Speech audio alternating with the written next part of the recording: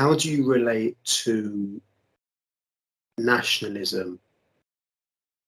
The mood within Israeli society in many quarters is that if there is a Palestinian state, then likely that would be a dangerous entity towards Israel's continued existence, and maybe it would be a mobilization to gather even more weaponry and other means that could be focused towards Israel's possible destruction. That's the fears and the anxieties amongst a lot of the Israeli community. And then they could say, well, look at what's happened to Gaza. The extremists got in, they took over there, and just out the blue, they launched this horrendous attack. And where's the trust in that that's just not going to happen more and get even more worse? Maybe it's like part of their jihadic game plan going on the next few decades, whatever their dark visions are. How do you have the trust in that, and how do you relate to nationalism? My opinion would sound very weird, but this is my view of point. This is what I'm aware of. I'm aware that all of that, all this hatred, all these choices by humans, if it's in Gaza or if it's in somewhere else or whatever, or in Israel, wherever, this is just a step, showing a step for the humanity to awake to themselves by letting go of limited beliefs and separation and hatred and stuff like that. In order, and that's, I know it might sound very weird for someone listen, but this is what I study, this is what I believe, this is what I'm aware of, that now we are shifting to a new earth. Literally. It's a game, okay? It's a spiritual game. And in the next 10 to 20 years, I don't know exactly, but this is what I heard. But I believe that, and I see it in my, as much as my awareness grow, we are shifting to a new earth. Earth in a new dimension. It's not exactly the physicality that we were living. It's different earth, and it has no hatred, no separation. We will be aware of our natural existence, being who we are, and we will be able to do many things. So this is what I trust. So I see the war outside, but I trust this happened already because I see it, because I live it day by day, a little bit every day, because it's something to work on. It's not something to, if I believe it, I will see it immediately. It's something to work on it, to let go of things, to start to connect yourself with a higher vibration. Anyway, and nationalism, I'm aware that I'm Palestinian, and this identity that I choose or been chosen for me, whatever, it's also put me in a specific place in the game. So I know I'm affected by all this hatred in a way as a Palestinian, but personally, truly, I don't label myself as any nationality. But I know physically I am this. But it doesn't mean in my consciousness that I am label myself as Palestinian anymore. I not disconnect, but I became aware of these labels. I became aware of this identifying yourself as a Jew, as a Muslim, as blah, blah, blah. All this identification, it's just like a mask. You put it and you play it. And if someone told you, these people who wear this mask, stupid, and I hate them. If you identify yourself with this mask, you will be angry. You will be upset. You will be sad. You will be hurted. But once you're aware it's just a mask, you just play it. And you can play it by being aware that it's a mask. Then if someone told you, you look stupid, and you are stupid, or you're killing people, you are murder, then you feel okay, because you know you're talking about the mask, not me. Who I am, it doesn't represent really the mask. It's just clothes to wear it to play another role in the play as a theater. How does humanity start to move beyond these structures? Because we exist within nationalistic frameworks. There's the military, the police, the security that we perceive we need all the time. Welfare, health, all the budgets and the finance, that's what keeps these entities in the power. These are the power systems. How do we move to a different sense of what is power and having the trust and having the shared belief systems where there is a sense of we're all in this together and it's not us and them and it's a win-loss. We've got to be the victors. How do we move beyond that? I think the first step for any of this to open our mind, and that's a personal responsibility. So everyone responsible in his own to choose to open my mind, to open my heart or not. This is the first step. Otherwise, we can say right now things like I can now say things, if you do it, you will free yourself. But it doesn't matter if I don't open my mind, right?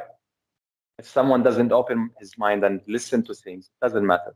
So first step, open the mind for just feel the blank mind. Don't think and allow some of the thoughts, the new thoughts that interest you, something brings you more better feeling than what you feel, open your mind for it.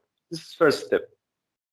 Second step is to whatever you feel after you hear this stuff that, oh yes, it's possible. Yes, we're living now, we're moving into a new earth. We are ascending. We are becoming true more and more. We're becoming more light.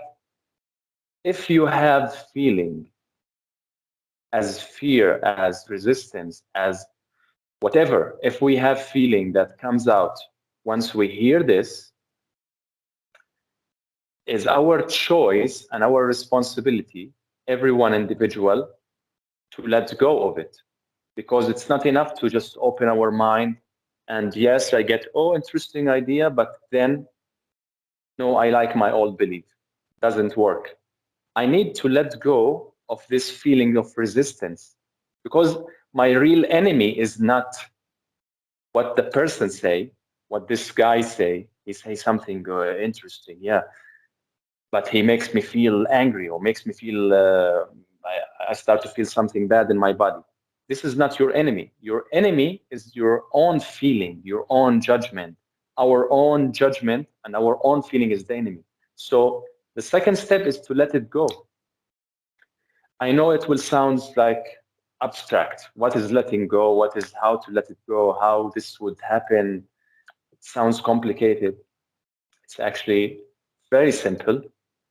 It's like I'm holding some personal, like for example, this is a toy. This is my puppet, and I don't want to hold as a child. Imagine yourself as a child. I don't want to hold it, and someone tried to take it from me, and I don't want.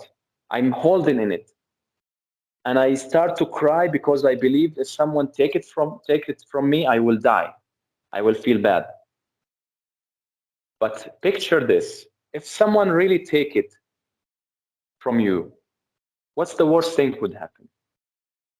You will just cry and you will feel all these feelings and nothing will happen. This is the letting go. We think it's something disaster will happen to us. We believe that. We picture, oh, we're going to die if we let go of something like this. But just picture what just happened here with the puppet. I will just feel sad. Maybe I will cry. But I will let go and I will feel this feeling and nothing will happen. I will just release. And here's the thing. Once I release, once I let go, I will have choice to live a new reality where there is no war and there is no fighting anymore. More and more I let go, I live a new reality. How this happen? Try it. Everyone here is right now. You can try it yourself, and you'll start to see it. Yeah. I don't know how we can let go and then, but there's still terrorist entities who could come and take advantage of the situation because they have weaponry, they have bad intent, and then also there's, you know, people suffering. There's families that have been destroyed. Their family members have been seriously hurt or killed, or they're captives in some tunnel in some awful place somewhere. How do people let go when there's acute suffering and there's acute fear and there's acute sense of there's oppressors that wanna hurt us? How do we get beyond those stages of there's certain individuals and groups that want to assert their control and their sense of power over a situation? How do we move beyond that to this feeling of letting go? What do you just say? Well, if you want to take me, take me. That's. And there seems to be those images where just people were taken. That was the real terrifying part of it, that they had no choice. And they just they had no choice but to let go and be taken. It's awful. You know, how does that then mirror with this sort of spiritual sense of sublimation of the ego, which is a very big part of Hasidic Judaism as well, in accepting trauma. So you are right on that extent, but how do we get over that? How do we get over this terrible suffering that we're all witnessing and experiencing? For at least my viewpoint, I realize how terrible is what is happening. I realize it's very difficult to, very challenging thing. It's really terrible. But here it's important to be aware what we want to let go of. I don't want to let go of this happened to me and I want to forgive them. It's not like that. It's to be aware exactly what I need to let go of and what is necessary to let go of. What's the thing that makes me suffer? It's not the people. It's not the rockets. It's how I feel toward these things that happen. So what I need to let go is not the war and not the people that hurt me. It's not exactly like that. It's the feeling that I felt. So it's completely different story. Once I realize it's the feeling that I feel is the problem, the real problem, like real problem, then my view of point will shift from outer world to inner world. Imagine if we right now, stop feeling, no feeling at all. Everyone will be no problem, right? No one will have any problem. Here comes the idea. If I feel something, it means there's something wrong with me. This is the mind. This is the mind tells me there's something wrong with me. Perfect. So the something wrong with me makes me feel like that. Right now, something wrong with me because I am getting attacked. So I'm something wrong with me, something wrong happening. So I'm getting attacked, so I feel bad. So I feel scared, so I feel fear. If we realize it's the feeling itself, what we want to let go of, then it's completely different story. We don't fight what is happening outside. I don't go to fight other people in order to let them go. It's not like that. This is so difficult, actually. If I want to let go everyone that hurt me when I was a child, if I want to let go of all this limitation that I felt from the wall, the racist wall, what they call it, from all these checkpoints, all this military in between the cities that I travel, that I was so scared about, if I want to let go of them, it will be so difficult. But once I realized it's not them, it's how I felt in this situation. Once I have it, once I experience it, how I felt is what I want to let go. So it's me who is responsible how I felt, not others. And this is another topic. I know it sounds like, no, the other make me feel this and blah, blah, blah. But here's the awareness. Once I aware that how I interact moment by moment, going to do something, going to interact with someone, then I call it, oh, it was a bad experience.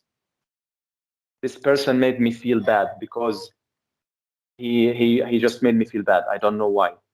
But once we aware of how we interact with this experience, probably we interact in a bad way, as a nervous person, as a person who has anxiety all the time or whatever, blah, blah, blah. So we call this person made me feel this, but it's not the person.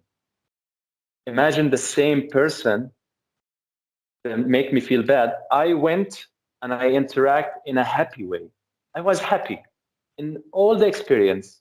How would the experience be?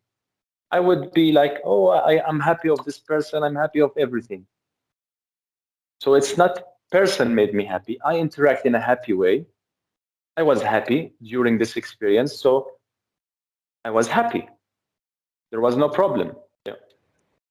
Yeah, spiritual teachers, Rebbe Nachman says that we have to find happiness in ourselves. We have to, as a spiritual activity, as a spiritual practice. In this situation, yeah, we can't go around and be